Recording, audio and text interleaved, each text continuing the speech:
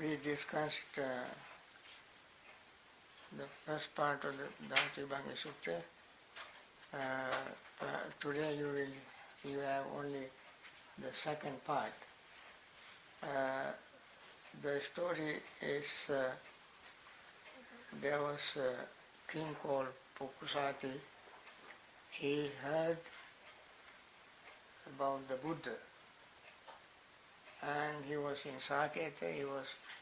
He heard that the Buddha was in Savatthi, and he was so fascinated with the report of the Buddha that he had heard, and therefore he gave up his throne to his commanding chief or prime minister or whatever next to him, viceroy or somebody, and then he took a journey to go to Savatthi. On the way, many miles he wanted to travel. On the way there was a potter. He has a little shed where he made pots. That was by the roadside. So Pukkusati approached the potter and got his permission to spend the night in this potter's shed. When it was getting dark, the Buddha also was walking in the same direction to Savatthi, and then he too saw this potter's house and went to the potter and got his permission. Potter said, sir, he did not recognize the Buddha either. So he said, another mendicant came earlier and he is in my shed. You go and eat, and if he agrees that you could stay there, you can stay there. So the Buddha went there and he saw Pukkusati in the dark and said, sir, if you don't mind, would you permit me to spend the night here? Potter said, of course, friend. There's plenty of room, you can sit, you can spend the night here. Then,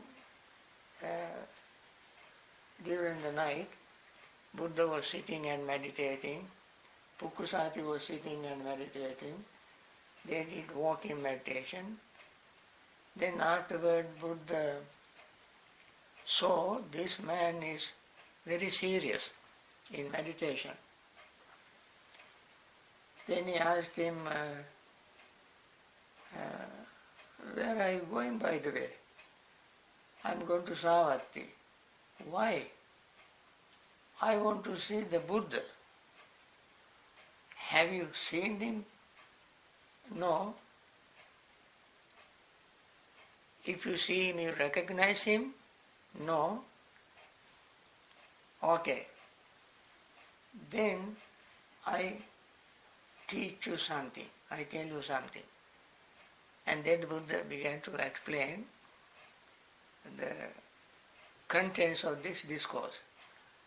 The first part that we have discussed so far is quite long. We took about 2 hours to discuss the first time, the first half. I don't want to go through the first half again. I want to start in the second half. This also is quite long section. So Buddha dealt with 6 elements. 6 elements are earth, air, water, fire, space and consciousness. And explains 6 the kind of feelings that arise through the 6 senses. And the last, and then he said using the the pleasant feeling, pleasant spiritual feeling, you overcome material pleasant feeling, sensual pleasant feeling. Using the spiritual painful feeling, you overcome material or sensual painful feeling. Using the spiritual equanimous feeling or equanimity, you overcome sensual equanimity. And then remains only consciousness. And then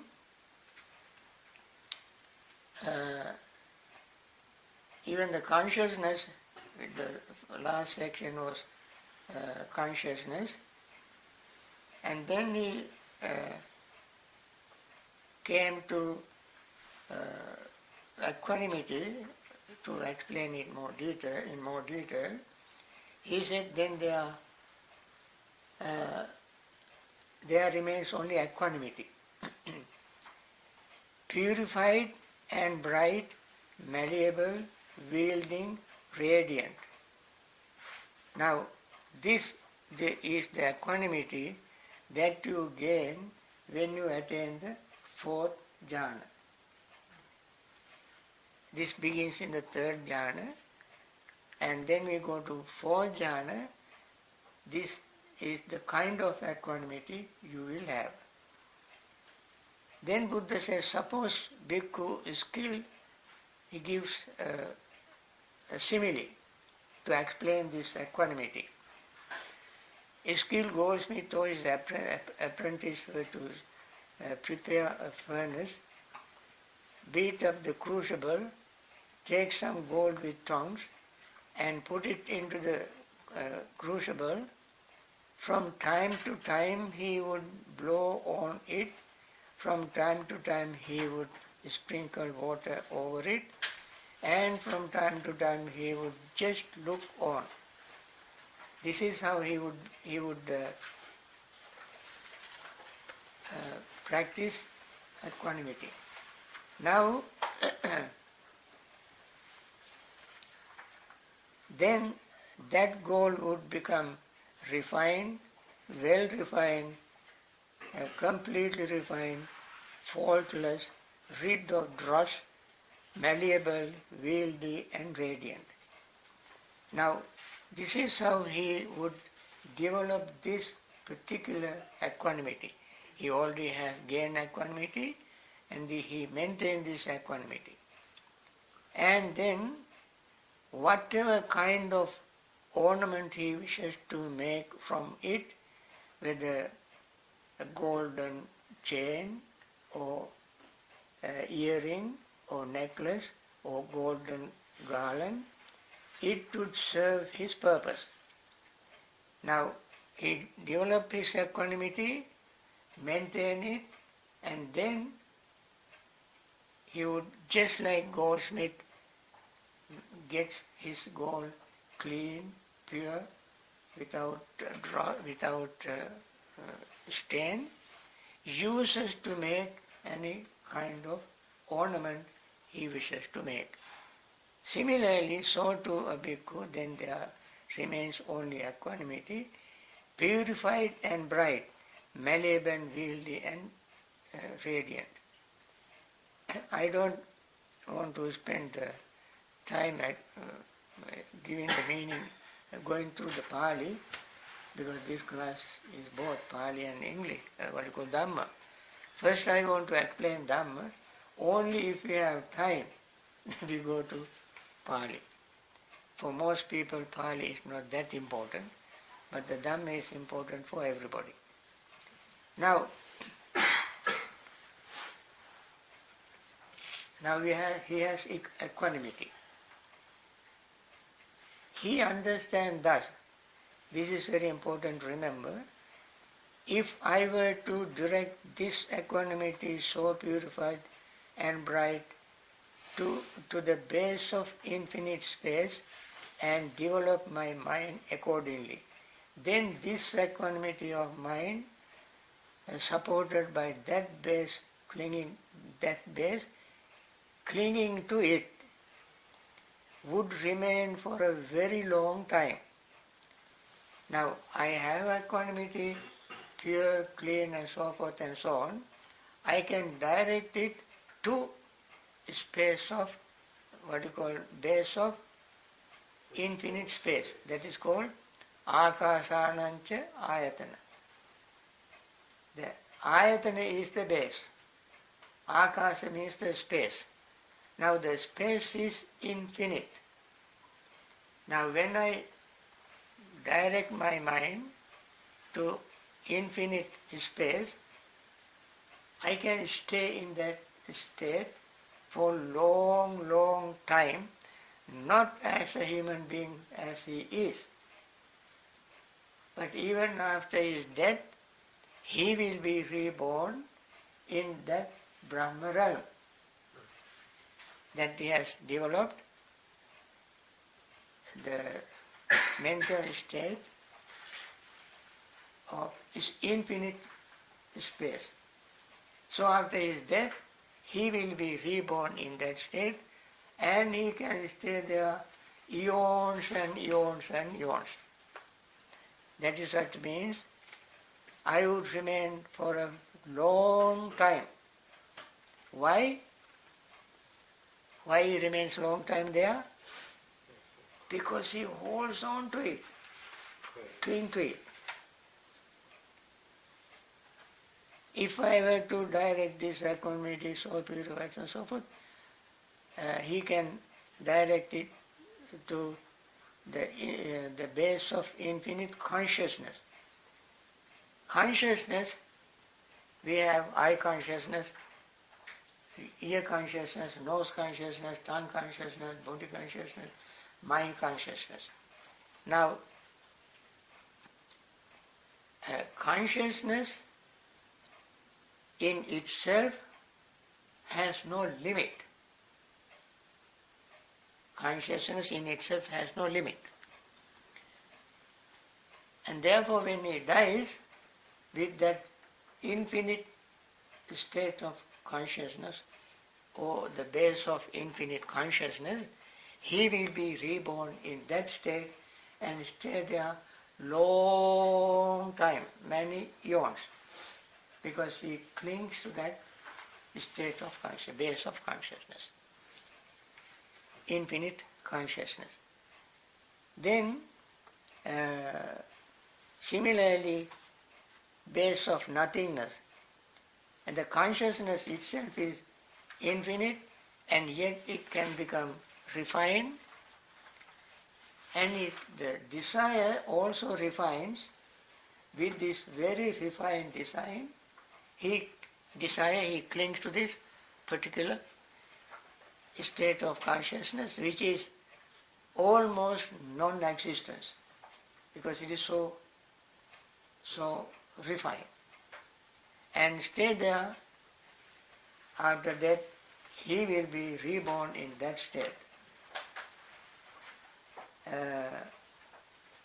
And it is called asanya satta. He stays there for eons and eons and eons. Then it can still be more refined, and then he will be holding on to it and be reborn after death in the state called perception, neither perception nor non-perception, and to develop my mind accordingly. That means in that particular state, then clinging to it would remain for a very long time. The time is given in eons, not years, because it is so long. So any given time, there are these beings in those infinite, invisible, formless state, which they still are clinging to what? Clinging to that particular experience of equanimity. they don't have any other feeling but feeling of equanimity, and stay there for long. So the clinging is done using the mind compared to the body? It is just in the mind. Just in the mind. So, then he understands thus, if I were to direct this equanimity to purified and bright to the base of infinite space and to develop my mind accordingly, this would be conditioned. Now what is the condition? Clinging. And that's called upadana, holding. If I were to direct this equanimity again to infinite of consciousness, that also would be conditioned. And so forth, all these four status that I mentioned earlier. Why he is holding into that for a long time? Because of his desire, and that is a condition. Desiring is a condition. So, I would be stuck there, in other words. I would be stuck there. So, this would be, he does not form any condition or generate any volition tending towards either being or non-being. So he decides this would be condition. He does not form any condition, knowing that this would keep me stuck there for eons and eons and eons. When he has this equanimity, he deliberately does not cling to it. He does not form any condition or generate any volition tending towards either being or non-being. Bhava, vibhava. Being means bhava, vibhava. We learn in Satipatthana Sutta, we learn, and then Sammaditthi Sutta, then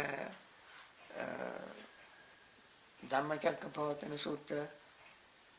There are two types of being, two types of craving, bhavatanha and vibhavatanha. Both are kind of cravings. Bhavatanha means holding on to becoming repeatedly in that state or this state, even in this infinite states. That's a desire. Because of the desire, that person stays eons and eons and eons. Then non-being is neither perception nor non-perception. State is like non-being. You cannot identify a being in any our non-perception, non-way. Therefore we cannot explain it because we have no way to explain that state. That is almost like non-existence, and yet that is a state of existence, being or non-being. Since he does not form any condition or generate any volition tending towards either being or non-being, he does not cling to anything in this world. In this world means which world? This world, made of 5 aggregates, all these 6 senses, with this consciousness, these elements. It is because equanimity is not hanging from cloud, from sky. Equanimity also in this world. World means this mind and body.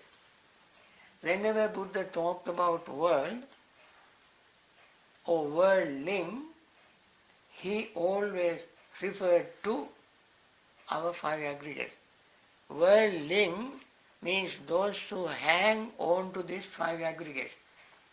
Those who hang on to this world, called five aggregates, are called worldling. Sometimes you might confuse mundane, supramundane, worldling and non-worldling. So, when you say, I am in the world, I am a worldling, I am a worldly person, what do we mean? We are holding or clinging on to this aggregates, this mind and body aggregates. That is why the Buddha said, even Kassapa Buddha said,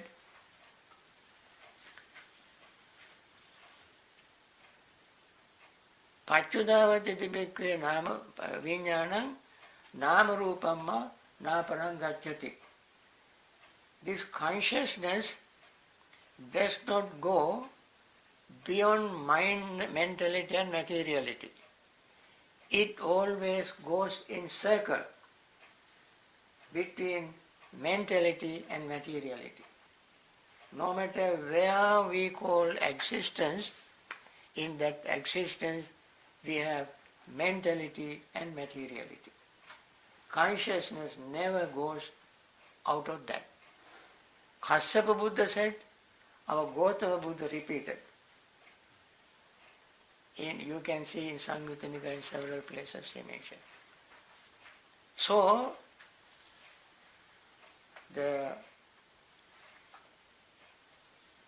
he would not cling to anything in this world. When we say we cling, we do not cling to anything outside, although we think we cling to outside. We cling to our own aggregates. For instance, I cling to him. I say, if I say I cling to him, in reality I do not cling to him. I cling to my own desire for him. The desire is in me, not in him. I cannot cling to his desire or her desire. I cling to my own desire. Because I like this, and therefore I cling to that. So, Buddha said, he does not cling to anything in this world. This world means in this world, your world, and so forth. Okay? Not clinging to the table, chair, computer, and so forth. Somebody will take away, still my clinging is here, in me. When it does not cling, what I am trying to explain is,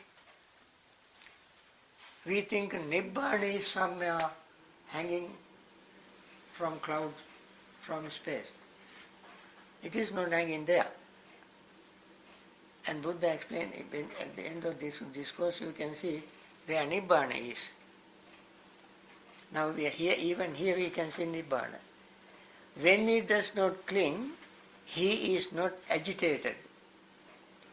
When he is not agitated, he personally attains Nibbana.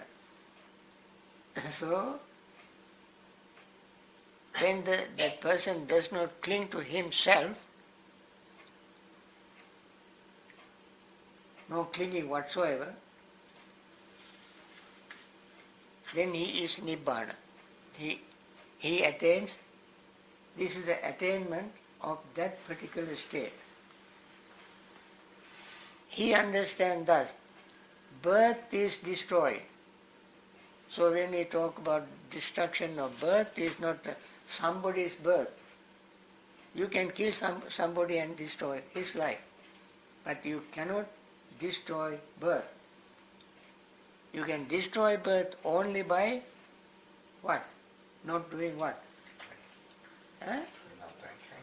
Not clinging to anything. Clinging to anything in this world. Clinging to anything in this world.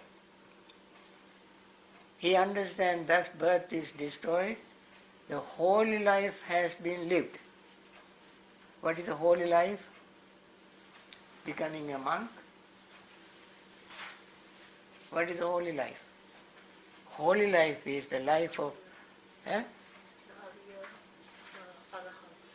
The holy life is the life that you live according to the Noble Eightfold Path. Noble Eightfold Path is called holy life. Brahmacharya life. Usitam Brahmacharyam, any layperson can say, Usitam Brahmacharyam, I have lived a holy life. If the person has followed the Noble Eightfold Path without putting on yellow robe, shaving it, going to a monastery, that person can attain full enlightenment, even Arahanthood, as a lay person, if the person very strictly follows the Noble Eightfold Path. Therefore, this path is open to anybody who follows the Noble Eightfold Path. Nibbana is attainable by that person. Lived, what had to be done has been done. There is no more coming to any state of being. Usitam brahmacharyam katam karaniyam naparang istattaya. There is nothing more to do. So, you may think that this is the end of the discourse. No, Buddha has more to say. All feelings are impermanent.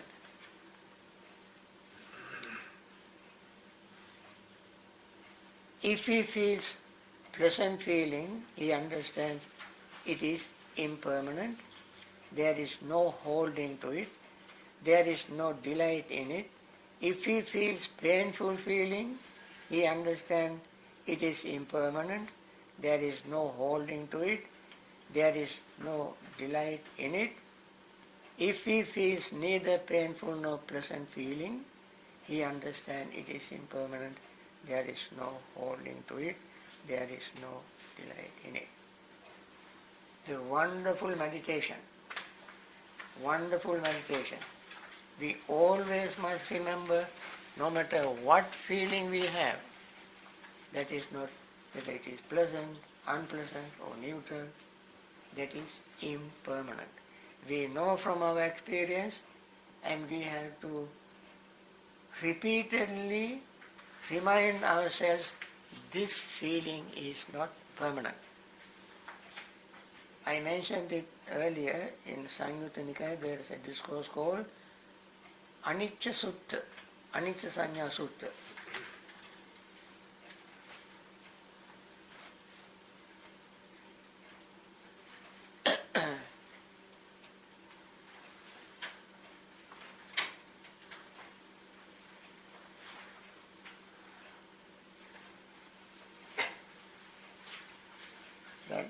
Buddha said that if we fully comprehend in depth the impermanence, friends, according to that sutta, that's all we have to know. That's all we have to practice. But that is the very thing people do not practice.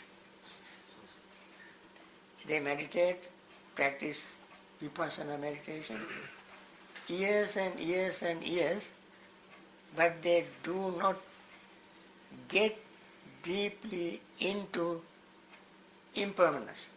They never want to hear about impermanence because ignorance is so deep, confusion is so deep. How can I say my pleasure, my joy, my happiness, my delight, my relatives, friends, husbands, wives, parents, children, boyfriend, girlfriend, all these, how can they be impermanent? If they are impermanent, what can I do? How can I live? So long as they have this ignorance, they cannot attain enlightenment. I guarantee. If he feels present feeling, he understands it is impermanent. No matter how pleasant it is, it is impermanent. Painful feeling, how painful it is, impermanent. And neither painful nor pleasant feeling, impermanent. So, he is not attached to any feeling. Therefore, he does not attach to any feeling, whether pleasant, unpleasant or neutral. Now this is, whom Buddha is talking now? Pukkusati. Now, if he feels a pleasant feeling, he feels it detached. If he feels painful feeling, he feels it detached. If he feels neither painful nor pleasant feeling, he feels detached. When he feels feeling terminating with the body, he understands this feeling, I feel a feeling terminating with the body. When he feels a feeling terminating with life, he understands I feel the feeling terminating with life. What is the difference between these two feelings? One feeling is terminating with body, other feeling is terminating with life. How can you understand these two feelings? Feeling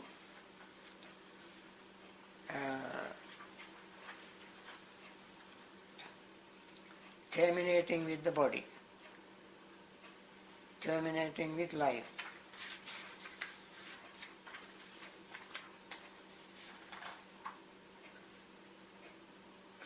Feeling the body and the life are separated here. Body and the life are separated. When you attain a state called Sanya Vedita Nirodha. Sanya Vedita Nirodha. That is attaining the state where you don't feel, feeling and sanya, perception. You don't have feeling and perception. Feeling and perception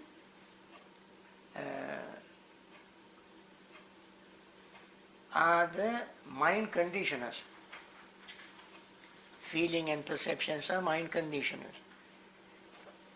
We learn it in Chula Vedana Sutta.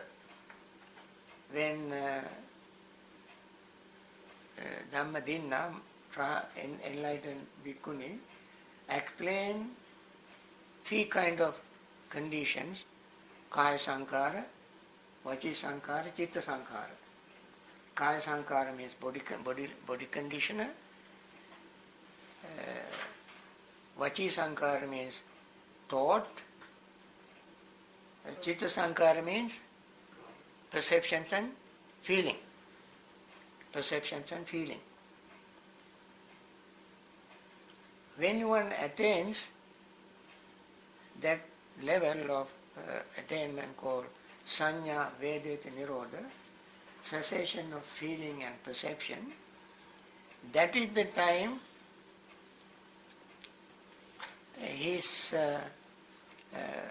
the feeling terminates with the body. Feeling terminates with the body. So he knows, because that feeling comes back when he returns to the body from his state of attainment. Cessations and feeling, that is the state of attainment. When he returns to the body, then perception, feeling returns. That means life still continues. Terminating, so when he attains the cessation of perception and feeling, he knows this feeling. What is the feeling we have at that time? Equanimous feeling. That is the highest, most refined, purified feeling. That feeling of equanimity, even so it is so refined, even that will cease when you attain the state of cessation of feeling and perception. That means the mind, you have learned to train the mind, condition the mind for it to be free from perceptions and feelings. Perceptions and feelings are mind conditioner.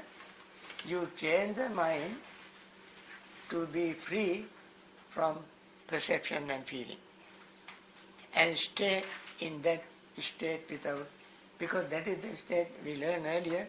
He does not cling. He does not cling to anything.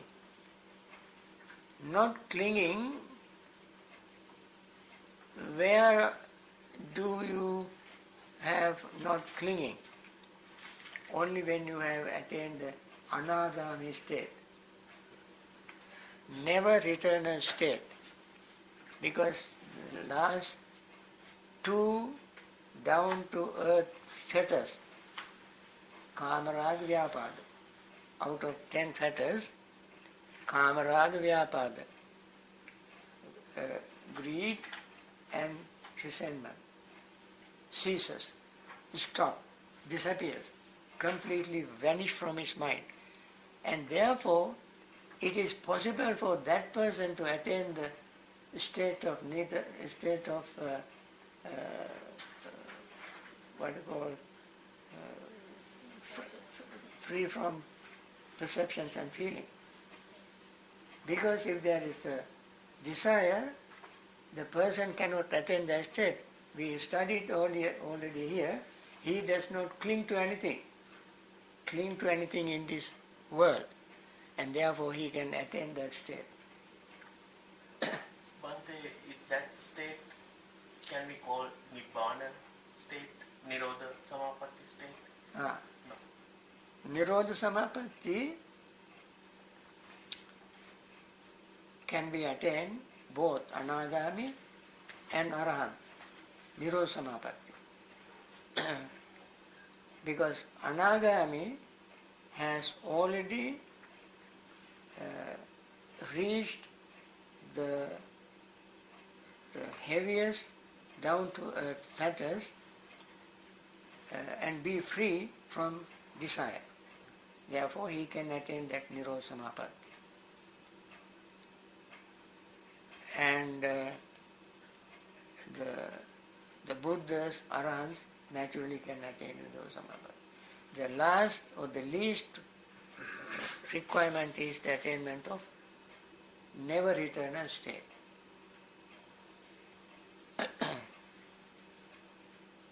So, then what is the terminating with feeling, terminating with life?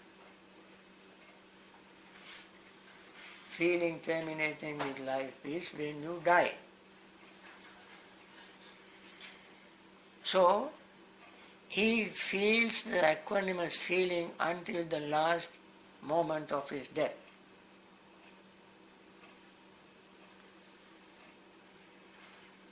And that is how the Buddha passed away.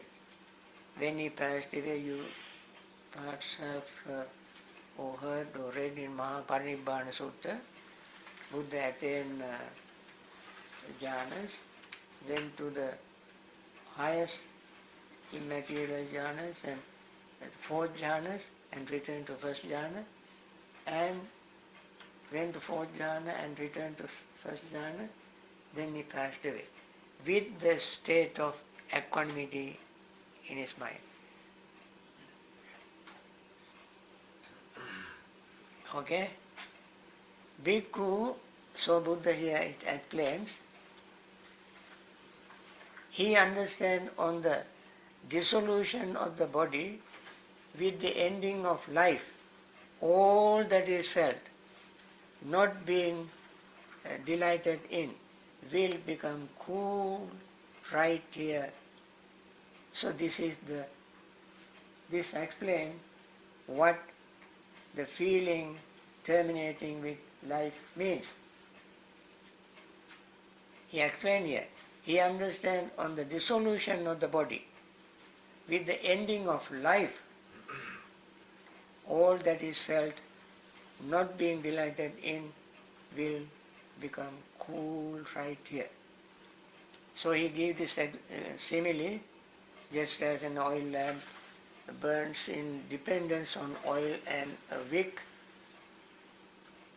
and when the oil and wick are used up, if it does not get any more fuel, it is extinguished from lack of fuel. So too, you remember in Ratana Sutta we say, Kīnang Purānang Navang Natti Sambhavang Viratta Chitta Ayatike Bhavasmin Te Kīna Bija Aviru Lichanda Nibbanti Dhira. What is the last one? Yatayam Padipo. Yatayam Padipo. Just like this lamp, he passes away without any light. He understands on the dissolution of the body with the ending of life, all that is felt, not being delighted in, will become cool and right here. Now, with the termination of life, there is nothing to hold on to, no clinging. All the clingings are gone. And therefore he is like, the clinging is compared to what? Compared to oil in the lamp. When there is no oil, the wick will be just ash. It will burn by itself when there is no oil. It completely burns. But wick can remain to be seen. Then Buddha explained 4 foundations. Supreme 4 foundations of wisdom.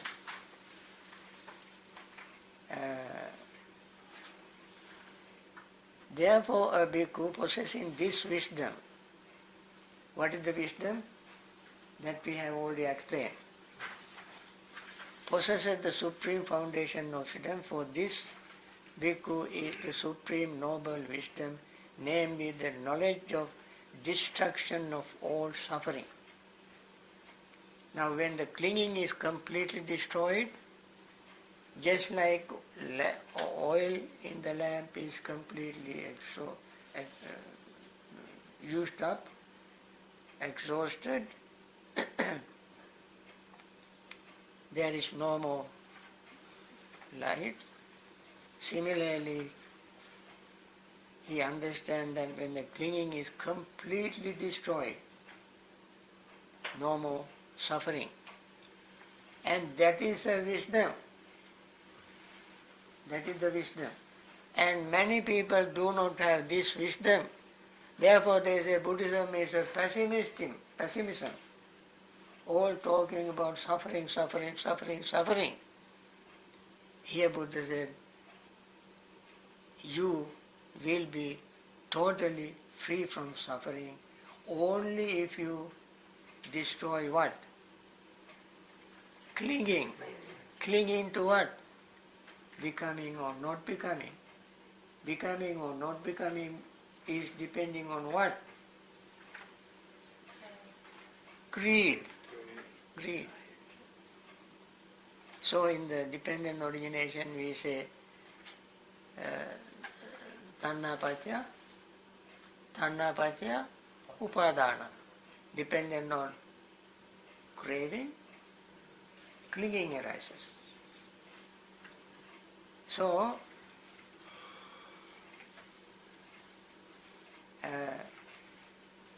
his deliverance being founded upon truth is unshakable, for that is false because which has deceptive nature, and that is true which has an undeceptive nature, Nibbana. Anything before Nibbana is, no matter how true it is deceptive. It deceives us. It is not true. It is not truth. Only Nibbana is the truth. Then people might ask, what about the Four Noble Truth? Four Noble Truth is the truth that leads to the, there Nibbana is there, the third truth, freedom from craving is Nibbana. And the other one is the path, one is the suffering, one is craving. And it is because of craving that we lead into deceptive truth. Because of craving the craving leads us to deceptive truth. That is why, I think we repeated this several times in the past, anattani attamani passa loka sadevakam nimittang nama rupasmin idang satchanti manyati. Non-self, many human and divine think non-self as self. While they are thinking non-self as self, that very thing that they think self changes. For instance, they think body is self. While they are thinking that the body is self, what happened to the body? Changing. Because the notion of self, the definition of self is something permanent, eternal, unchangeable, immutable, everlasting. These are the attributes and qualities of self. So you think the body is that kind of self, while you are thinking that this is permanent, eternal, and so forth and so on. Even your thought, before your thought ends, it has changed. You think feeling is soul or self. While you are thinking of feeling that it is permanent, eternal, it changes. Perception, volition, formation, consciousness, and so forth. These are the 5 things that people think soul or self in 20 different ways. They think. While they are thinking that this is soul, this is soul, this is soul, that very thing changes. Therefore, yene manyanti tato tang hoti anyata. Whatever way you think it changes. And therefore that is, you think it is true, it is deceptive truth, not real truth. Real truth never changes. What is that real truth? Is the truth of Nibbana. Therefore, because possessing this truth possesses the supreme foundation of truth. Supreme foundation of truth. For this bhikkhu is the supreme noble truth, namely Nibbana, which has an undeceptive nature. So, Buddha was not referring to a book like we do, going line by line, word by word, or learn from somebody and repeat. All came his own supreme wisdom. He got the supreme wisdom. That is why he was able to tell Pukkusati in the dark talk about supreme truth. Formerly, when he was ignorant, he undertook and accepted acquisition. Now he has abandoned them, cut them off at the root, made them like a palm stump, done away with them, so that they are no longer subject to future arising. Therefore, this simile made them like a palm stump. This means, suppose there is a palm tree standing like this. Somebody, very powerful person, strong person, has a very sharp sword, very sharp. And he gives one blow to the palm tree doesn't fall. Just like when you want to remove a paper from something without moving the object on it, you quickly pull it. The object is still there. Similarly, if you cut the palm tree with a very sharp sword, at once, palm tree still stay there. When you look at the palm tree, you think this palm tree is still there. What has he done? But it is dead palm tree. It will never grow again. Similarly, when one attains full enlightenment, he lives, but he will never grow again. I mean, he will never have another rebirth. So you cannot see. That is why Buddha said those 10 questions, Ati tatagato paramarana, Nati tatagato hoti tatagato paramarana, so forth. There are 10 questions. Buddha said he did not answer this question. Why? When somebody asked him whether Buddha exists after death or not and so forth, Buddha said, can you see the Buddha now? Even now you cannot see the Buddha. Buddha is not this body. Buddha is not what he does. Buddha is that 100% pure, clean state of mind. Like this palm tree, its life completely cut off. Life cut off. Although it appears to be a standing tree, it has no life. Similarly, the Buddha is, he will eat like us, he will hear like us, he will talk like us, but he does not have the underlying tendency called desire. And that is the thing we cannot see. We can see his body, we can see his color, we can see his movement, but we cannot see that his mind is totally free from desire. This palm tree example is very important. And this palm tree example is given even for if a monk or nun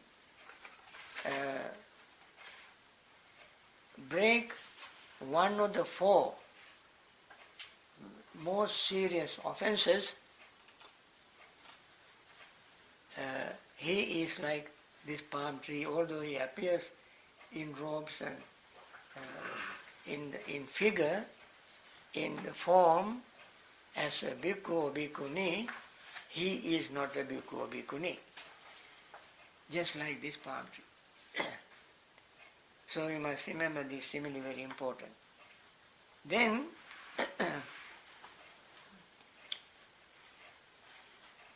formerly when he was ignorant, he experienced covetousness, desire and lust.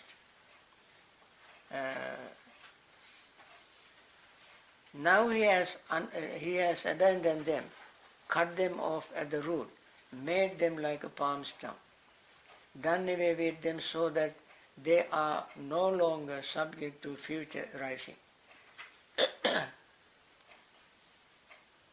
What do not arise in the future?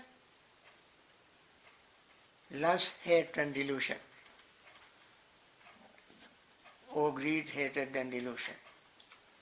Formerly, when he was ignorant, he experienced anger, ill will and hate. Now he has abandoned them, cut them off at the root, made like palm stump, done away with them, so that they are no longer subject to future arising. Formerly he was ignorant. He experienced ignorance and delusion. Now he has abandoned them, cut them off at the root, made them like a palm stump, done away with them, so that they are no longer subject to future arising. Therefore, bhikkhus, possessing this peace possesses the supreme foundation of peace. That is, supreme foundation of peace is called upasama sukha. Upasama. If someone were to ask, what is the taste of Dhamma? What is the taste of Dhamma? We must say, taste of Dhamma is upasama sukha. That is the pacification of greed, hatred and delusion. Complete peace, free from greed, hatred and delusion. That is the taste of Dhamma. Buddha has explained, Buddha has given a simile just like the salt in the sea. No matter where you taste any drop of sea water, every drop wherever you taste it, you taste salt. It's salt. Similarly, wherever you see the true Dhamma, it has only one taste, that is the taste of peace, upasama sukha, happiness of cessation of greed, hatred and delusion. So, it was with reference to this that it was said, one should not neglect wisdom, should you preserve the truth, should cultivate relinquishment and should train for peace. Now, what is the wisdom? Not clinging, maybe? Not clinging. Preserve the truth. What is the truth? Nibbana. Truth, Nibbana. Supreme truth. And cultivate relinquishment. What is the relinquishment? Possessiveness. Relinquish the possessions. And should train for peace. Peace is, again, Nibbana. Tide of conceiving do not sweep over one who stands upon these foundations. And when the tides of conceiving no longer sweep over him, he is called a sage at peace. He is called Muni Santo, Santa Muni. Now, Buddha talked about conceiving. Perhaps you may not like it, but that is the essence of his teaching. Bhikkhus, I am is conceiving. I am this is conceiving. I shall be this, I shall be is conceiving. I shall not be conceiving.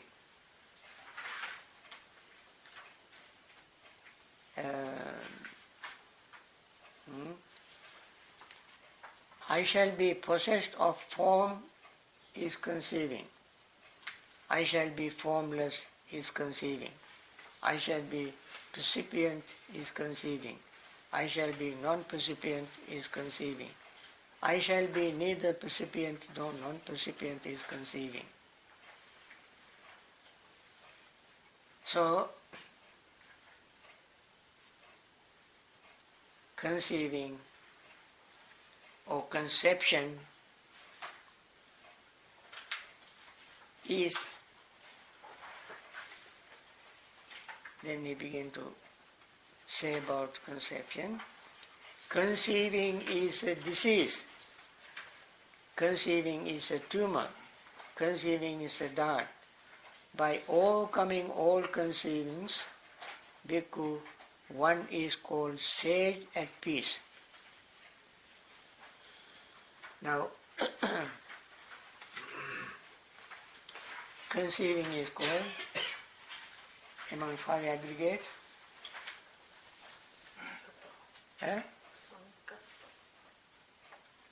Vedana, Sanya, Sanya. Rupa, Vedana, Sanya. Third aggregate.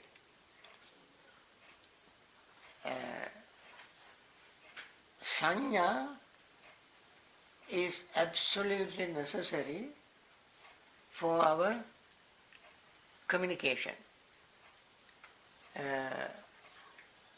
Vinya, Sanya, Panya. I mentioned this earlier. Vijanati Vinya. Pajanati iti Panya. Sanjanati iti Sanya.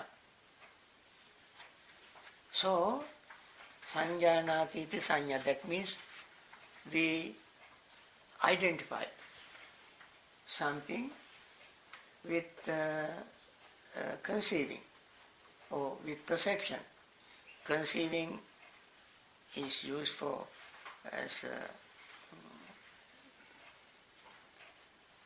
perception. It's called also manjana.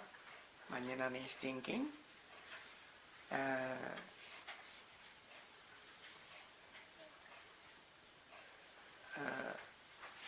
Perception or manjana means actually thinking, not the fourth aggregate. Vedana, Sanya, Sankhara, Sankhara aggregate, not third one, the fourth aggregate.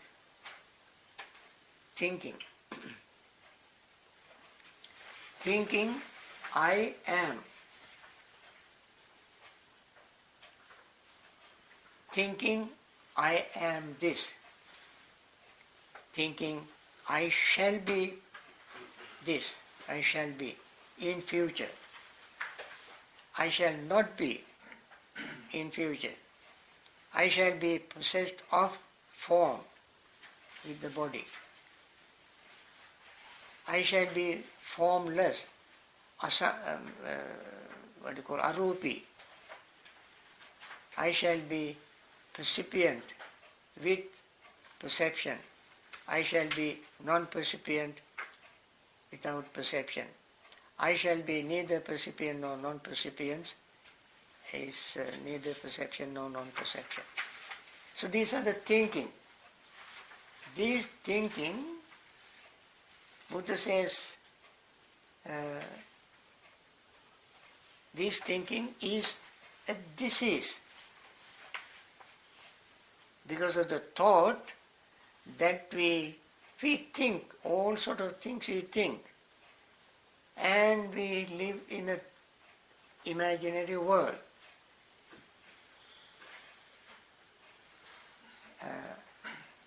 of course for philosophers, thinking is absolutely necessary. For ordinary, average people, thinking is absolutely necessary. But as far as peace and liberation is concerned, it is not the thinking that is most important. What is important? The right thinking. Huh? The right thinking. Huh? The right thinking, maybe? Divine thinking? No, the correct thinking. Correct thinking. It's still thinking. You see, even the correct thinking eventually have to give up. Even the correct thinking must be given up. So Buddha said in Dhātuvibhanga Sutta, in also other places, Kullupama bhikkhave dhamman desemi nittaranattaya no ganattaya. Bhikkhus, I teach the Dhamma not to cling, but to use it to cross over. He gave a beautiful simile, like a raft. He did not talk about the boat or ship. He talked about the raft. Raft is something you make temporarily. If you talk about the boat or ship or bridge, it has some sort of appearance of permanency. Raft is not like that. You improvise.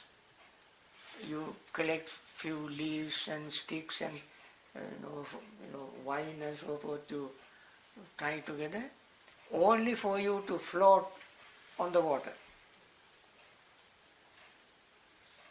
But by making the raft, you don't cross the body of water. You have to use your hands and legs. So, this Dhamma that Buddha taught us should be used like a raft, and with your own perseverance, use it to cross the body of water. This is so fragile, this raft. It's not that that's something permanent, it's fragile. It can break. However, when you cross the body of water, Buddha asked monks, bhikkhus, what would you do with the raft? Because it is Let go. let go. You don't carry it on your shoulder to show your gratitude to the raft. Either you throw away or pull to the shore and let somebody else use it, or you leave it. If it remains longer, somebody can use it. However, you should not cling to it, hold on to it.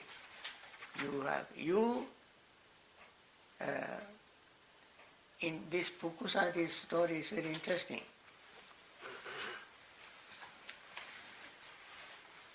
In Kassapa Buddha's time, he and 6 other monks went to a rock, huge rock, mountain, Rocky Mountain, or sand mountain of rock, and they had a ladder. They climbed the rock and kicked the ladder and said, only if you attain full enlightenment with supernatural powers, you go out and bring the food. Otherwise you starve to death.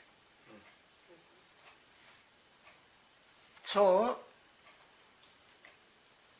2 of them attained enlightenment with supernatural powers, and they wanted to bring food to the other 5.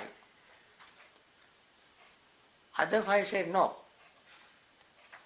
I must attain enlightenment and get my own food. We did not make a promise that whoever attains enlightenment with supernatural powers to go and bring food for the rest. Our agreement was each and every one of us must attain the state of enlightenment, full enlightenment with supernatural powers, and go and bring our own food. And therefore we don't eat. So, 2 of them attained enlightenment, other 5 did not. And they died. They starved to death. One of them was Pukkusati in that life. Now,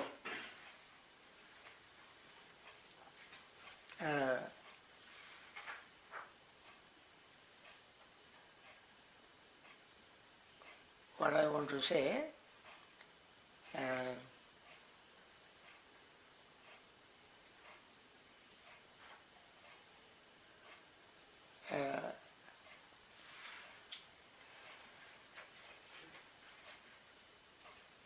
what I want to say, what is the point I was going to stress?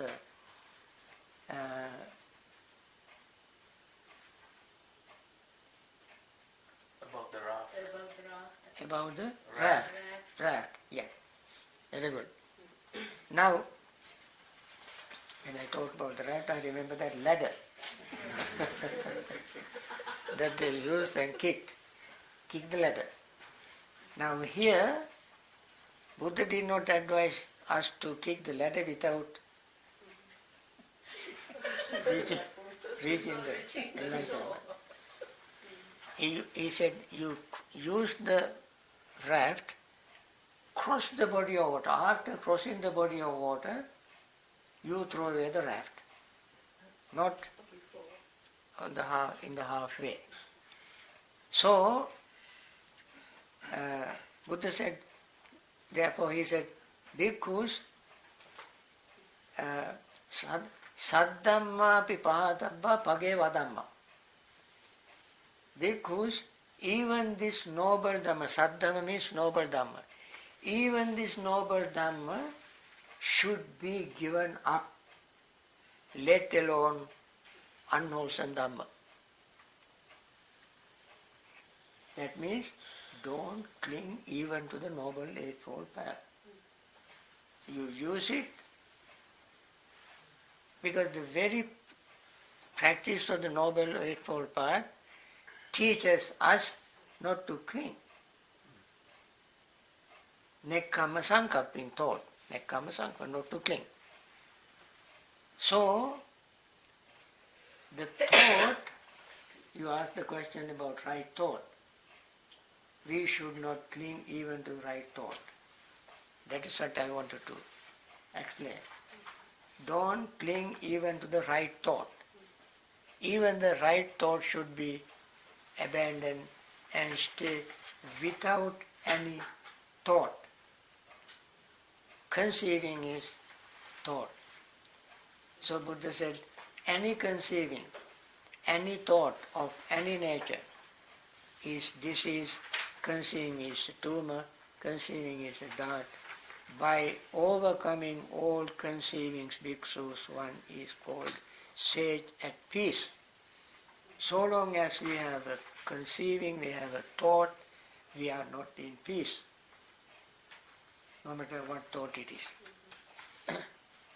When you attain sanya vedi nirodha, there is no thought. When you attain nirodha samapada, there is no thought. When you are in the 4th jhana, there is no thought temporarily.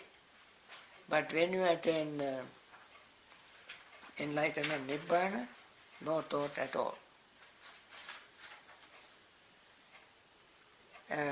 Not for there is nothing present in him by which he might be born. Not being born, how could he age? Not aging, how could he die? Of course, this has little question because you don't have to age to die. Any moment you can die. Even babies die. When you say even babies dies, that baby has aged. From one moment to next moment, that baby is aged. And therefore, aging does not refer to this grow old without hair, wrinkles and so forth. Aging means, aging is another name for growing. So the unicellular being became multicellular through the process of aging. So the word aging has a larger, wider connotation than the narrower one that we think. Nobody, not dying, how could he be shaken? Only when we think of the death, we will be shaken. When there is no death, no shaken. Arahants have death, but they don't shake. Why not? Why not? Huh?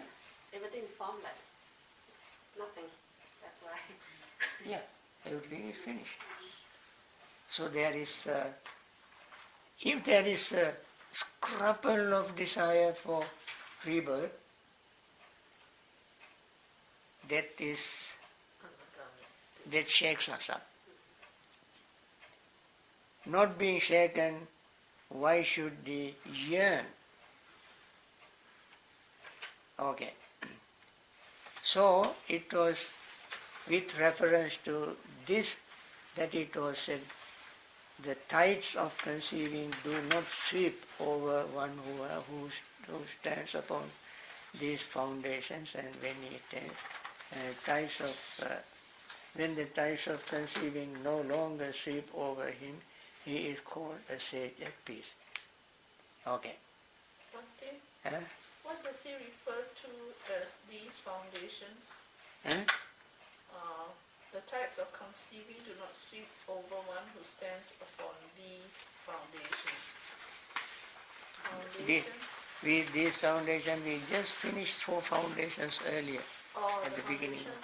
You go to the paragraph earlier, at the beginning of the today's lessons, you can see 4 foundations.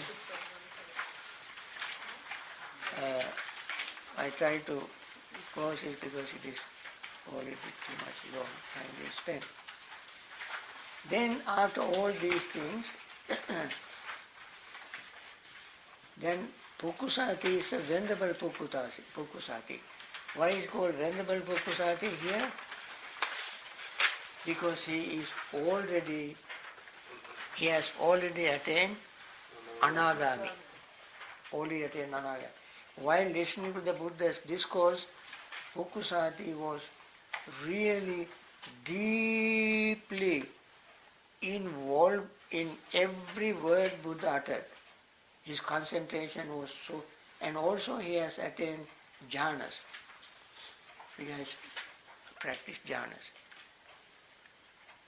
And then he has, while Buddha was explaining these things, attains Anagami. Indeed, the teacher has come to me. Pukkusati finally convinced. I was going to meet the teacher. This is the teacher. Until then he did not know. The sublime one has come to me. The fully enlightened one has come to me. Then he rose from his seat, arranged his upper robe over one shoulder.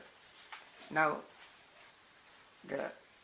it is as a mark of respect, when we go to, especially monks and so forth, go to a monastery, we cover both the shoulders.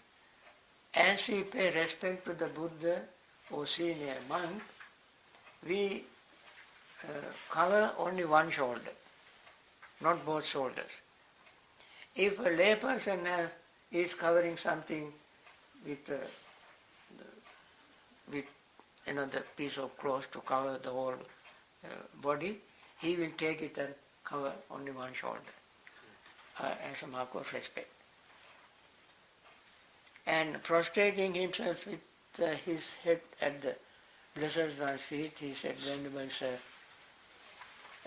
transgression overcome me, in that like a fool, confused and blundering, I presume to address you, address the Blessed One as friend. He addressed the Buddha also. Also means friend. So he confessed and Buddha accepted the confession, and then Pukkusati knew that Buddha knew that he has attained this never return state.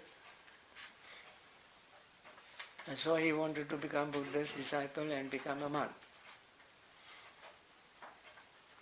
And the Buddha said, but are your ball and robes complete, bhikkhu? Venerable said, my balls and robes are not complete.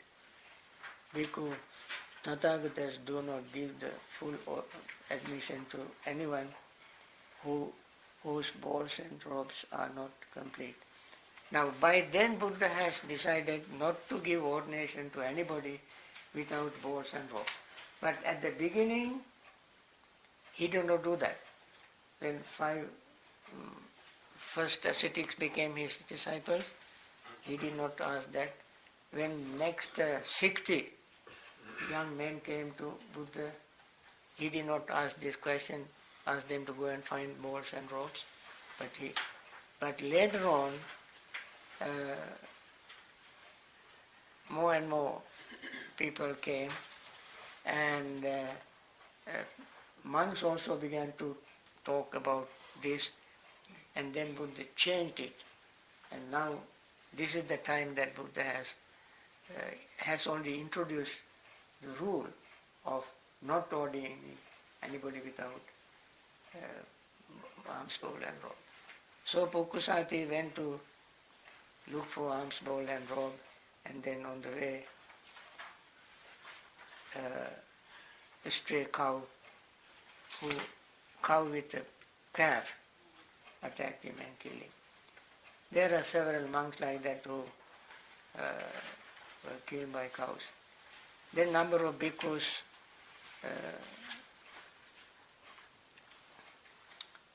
seeing Pukkusati's death approached the Buddha and questioned and Buddha, what happened to Pukkusati?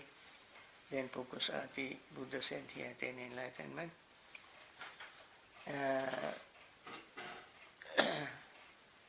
So that is the end of the discourse. Huh? Did he enlighten? Huh? Pukkusati? Did he get enlightened? Pukkusati? He attained the third level of enlightenment. And after his death, he was reborn in what do you call it? Pure abodes. There are 5 pure abodes which are never empty. They are always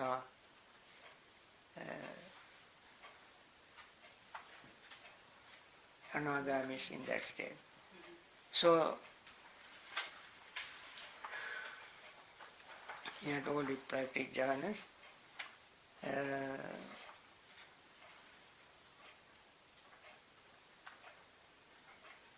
I think that is the end of the class today.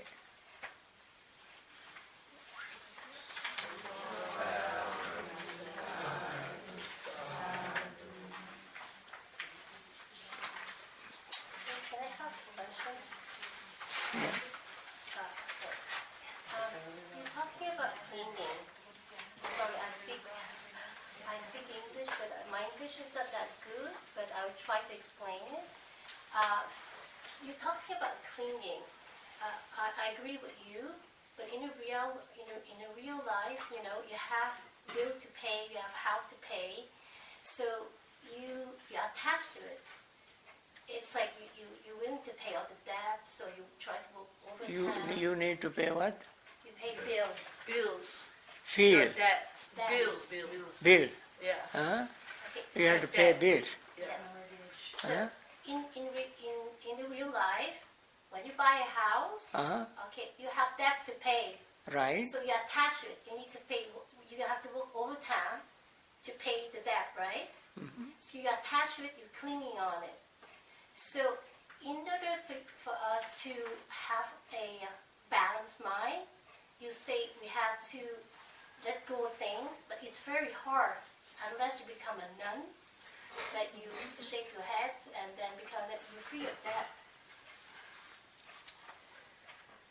You understand my point? I'm sorry, I didn't explain it to you. So it's harder to become non-attached by being a lay person than That is being true. a son. That is true. Actually, so long as now you are referring to the modern American society. In modern American society, there may not be one single person free from debts. They always have debt to pay. However, if somebody is fortunate to have few things, you have to be very fortunate to have only very few things, just enough for your survival, without being indebted, without borrowing money. Live a very simple life, pay your bills then and there with whatever little things you have, and then you will not have bills to pay. Now, in this modern American consumerism,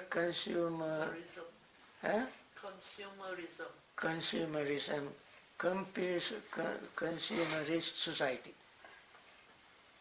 there can be some who, a lay person, who can live without having debts. It is possible. So that person can live free from debts, also can be free from clinging and reducing craving and so forth.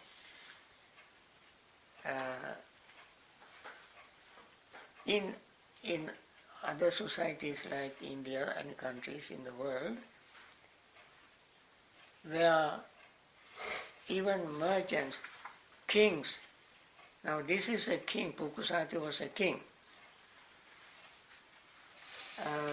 King has so much commitments. He made up his mind to give up. How can king do that? Not only king, can a president of a country do that? Not American president, but cannot. Huh?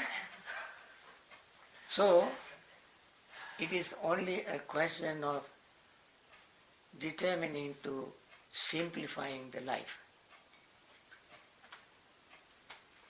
I have a question. Mm-hmm. Okay, so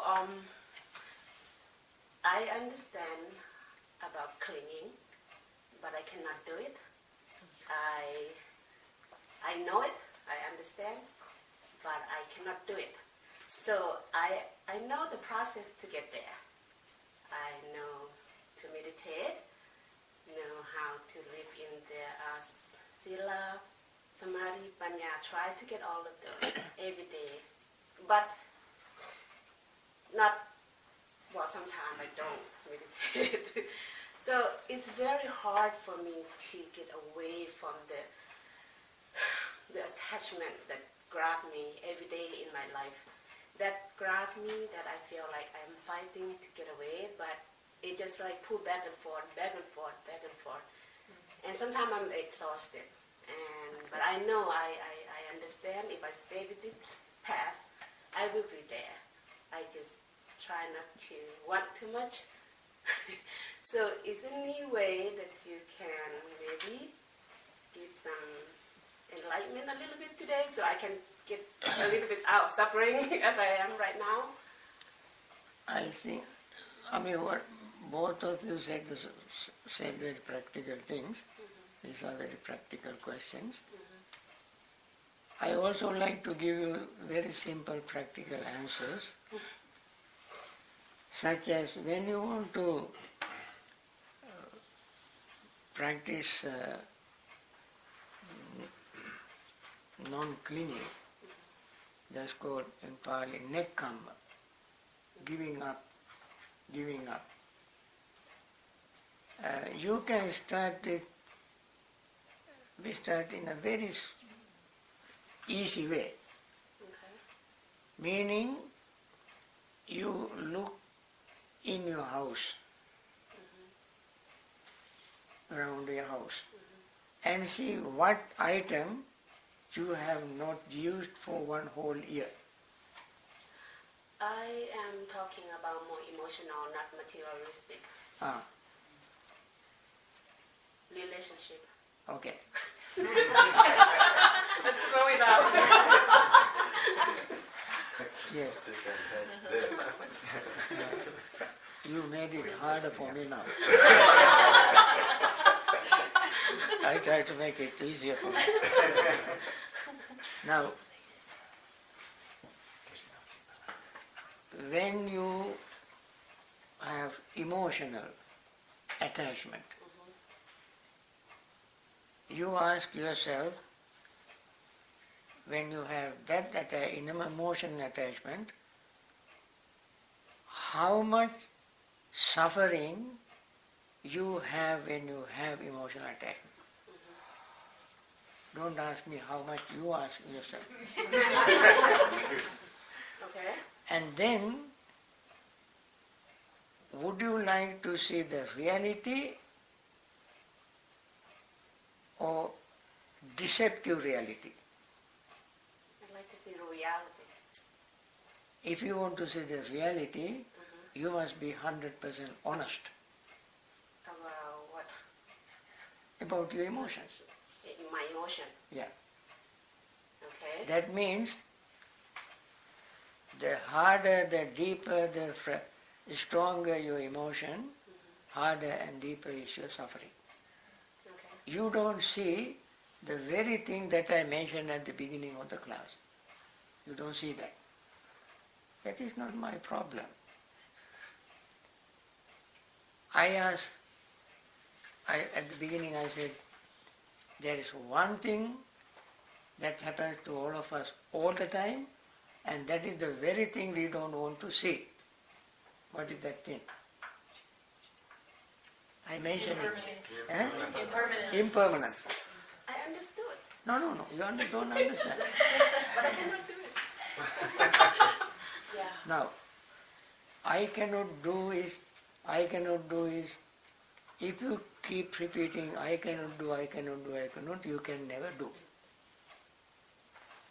I ask you to say, I can do it, then you can do. Okay. So,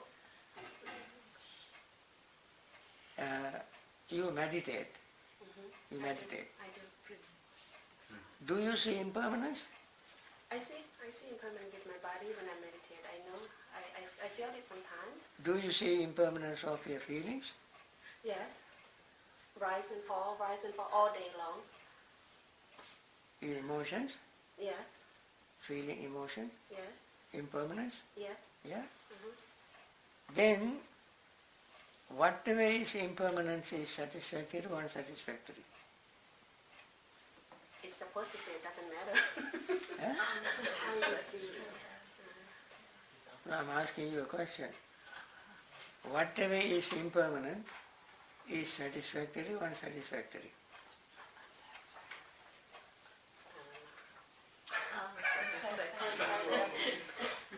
It is unsatisfactory. Yeah. So knowing unsatisfactory impermanence, you keep repeating it without even thinking of reducing your impermanent emotion, reducing, not completely giving up. You say you experience in meditation, and you see this intellectually, but you don't want to do that. Then you say it is, you ask me how you should be free from attachment. Only if you see and try little by little to let go of your emotion which causes you suffering, then one day you understand, yes, I have this emotion, but this is impermanent. I have this attachment, this is impermanent. You know, attachment is just a thought. It is not something that anybody can do. You cannot attach to a person, property, place, situation, time, experience. You cannot attach. Yeah. It is just a thought. Just start. It's a thought. Okay. So you begin with the thought of impermanent. This attachment is impermanent. This person is impermanent. This situation is impermanent. This object is impermanent. I am impermanent. That is impermanent. If I were to keep thinking of attaching, I fool myself and I get into suffering. So the solution is within you. I cannot give you a solution. I simply can make a suggestion. I can drag the horse to water, but I cannot drink from the horse. Okay.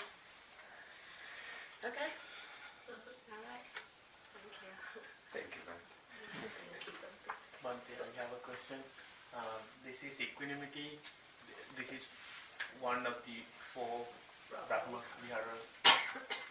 Why Buddha took only equanimity, not metta or karuna or mudita, to explain this? You see, among feelings, the finest feeling is equanimity. Metta, karuna, mudita also can be used, but they are not found in the highest level of jhanas.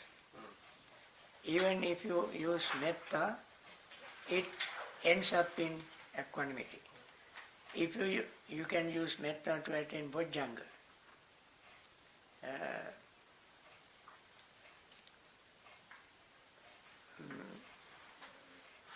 7 bojjhangas.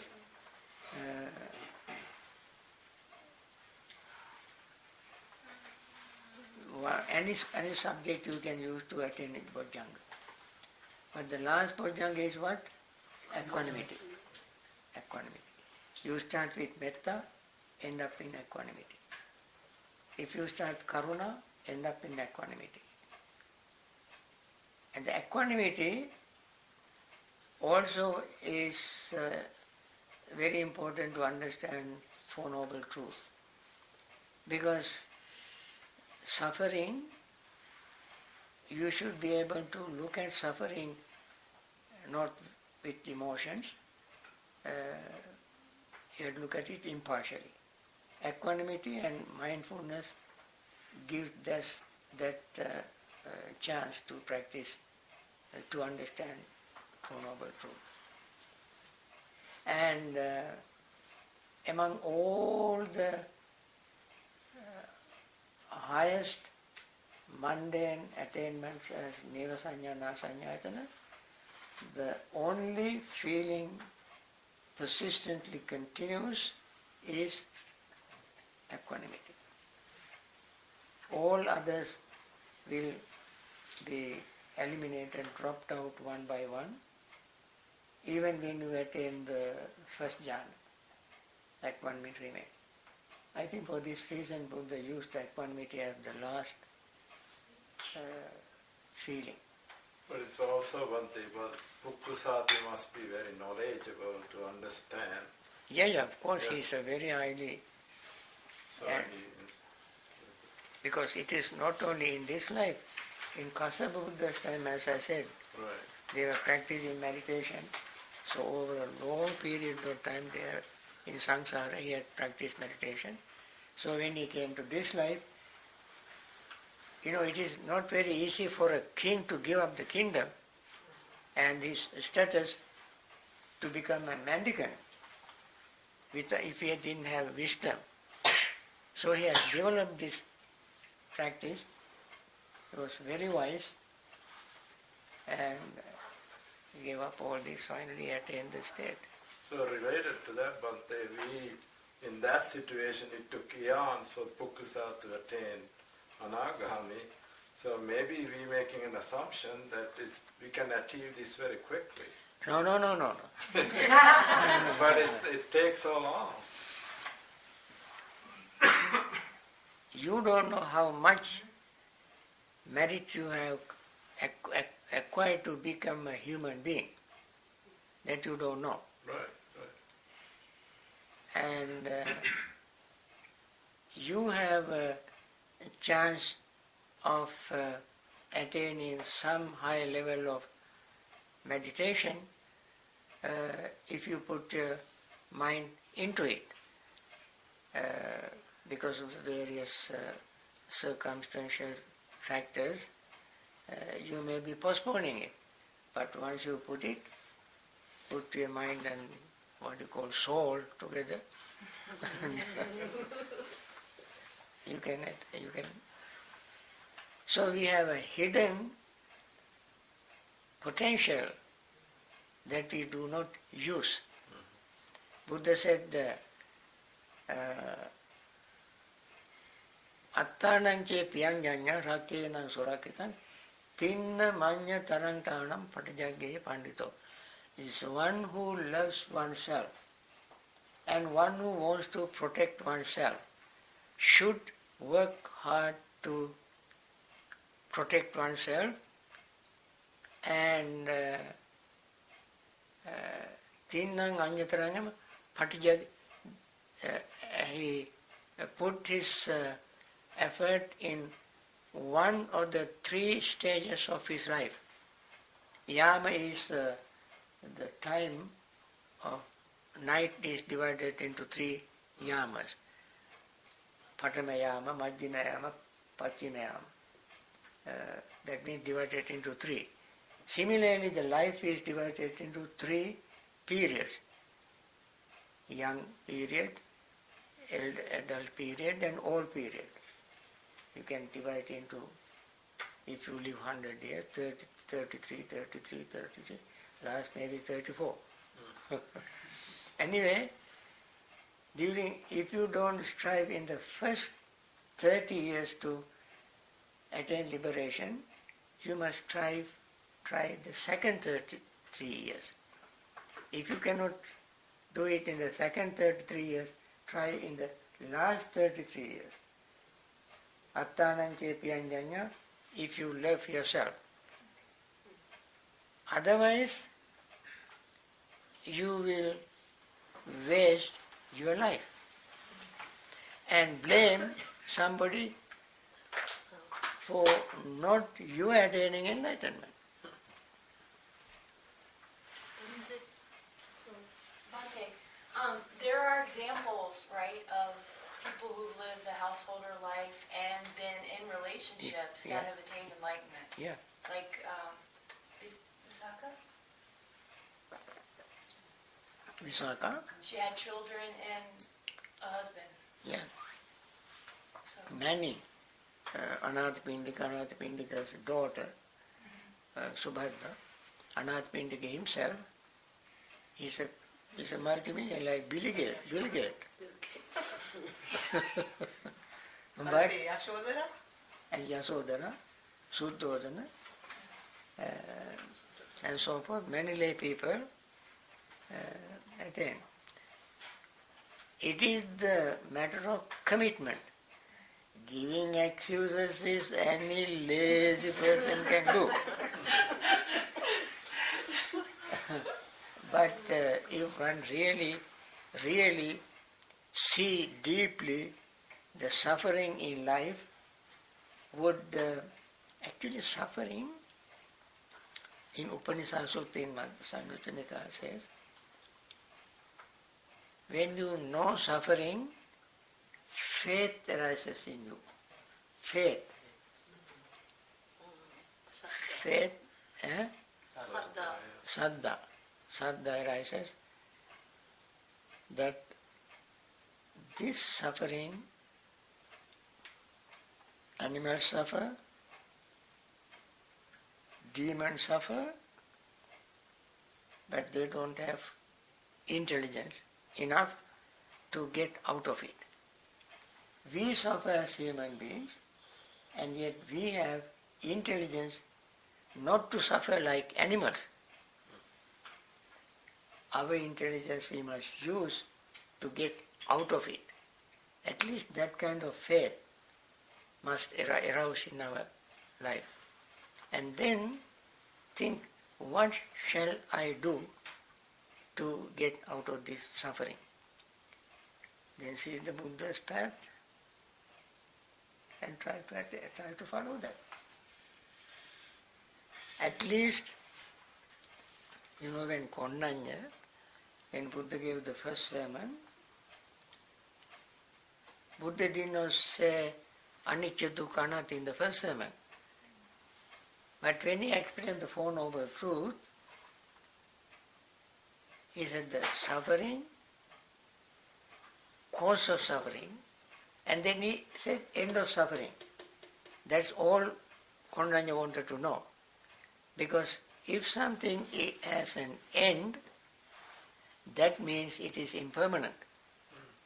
If something has an end, it is not infinite or eternal. It has an end.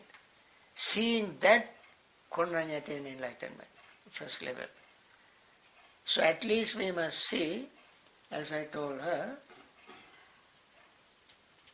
our own impermanence. We must see. And then we think, I cannot go forever like this. I'm no longer young, I'm no longer youth, I'm no longer child, I am at this age, and I don't know how long I have to live, so I must do something with this life. I must do something with this life. Bhante, I have a question. Is it in the sutras about the third of life? Did Buddha say that? Or is that, that if you don't do it in the first third or the second third, or the third? What you just said. No, Buddha said, Tinnang Anyataram Yama. Tinna means three. Right. Yama means period of life. It can be 33 or 20 or 10, we don't know how long we live. Yeah. It simply means as soon as you can, you think I must do something. Well, being kind of late to the party, being probably, hate to say it, in the last third. Well, I don't know. But I think you may be in the last 30 or last 33. okay. So still you have 33 years to go. But don't you have a head start if you start? Head start right now. Because one of the things when I'm doing my monkey mind and all the things we talk about, why didn't I start sooner? Oh my gosh, I can't learn all the sutras. There's too much to learn. I can't remember like I used to. So, but I know that's clinging. That's baloney. But at least I just wondered if the Buddha actually divided it up that way, because one of my big questions, and this is a big question, is why do some people see it at any point in life, and then I look at my family, and this is a judgment, and the world, and I see so much suffering, but they're not getting it. They're not getting it in this lifetime.